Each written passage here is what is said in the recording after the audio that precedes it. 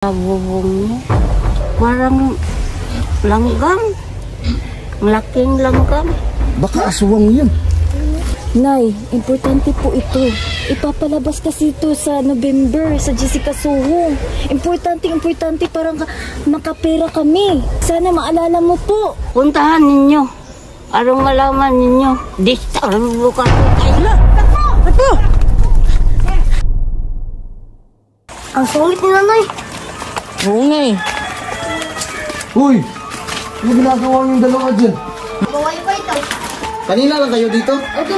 Di ba sabi ni Nanay Lipi, dumaan siya dito. Tapos nakita daw niya dito sa bubong. O wala naman o. Sige, pasukin na lang natin sa bahay mo. Baka nasa loob. Sige.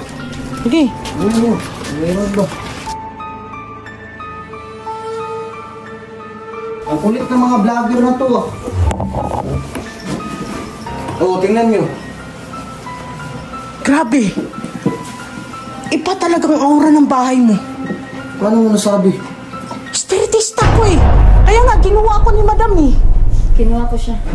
Teka lang to. Sino ba sila? Ano yan? Mga vlogger yan ni ano? Jessica Soho. Ibang bahay mo eh. As in, tingnan mo. Balibo ko. Tumaas yung tumindig ng balibo ko. O sige, hanapin mo. Kung meron ba? Magmamasid ako dito. Baka meron. Parang nandyan oh. Sa taas. Ano? May nakita kayo sa bahay? Wala akong nakikita, pero ang aura ng bahay mo, grabe, nakakatakot. Wala! Sabi ko sa inyo eh. Alas 3 na kasi. Ano to? Totoo pala niya yung sinasabi nila to. Oo nga to. Diba? Sabi ko sa inyo. Magaling pala tong espiritista na to. Sabi ko sa iyo.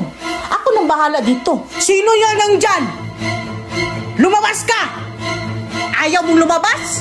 Papatayin ka namin!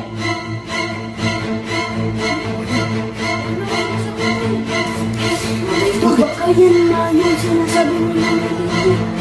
Ah, oo nga, yung creature. To, nakatakot na kasi ganun to eh. Nas-des na. Ano to? Alis na kaya tayo. Tara na to. Grabe na, naririnig niyo? Ano mo yan? Umiiyak! Umiiyak na bata! Oh, meron. Diba? Sino yan? Nasa loob eh.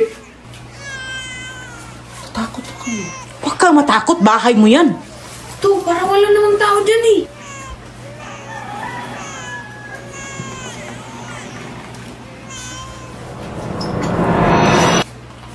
Sino yan?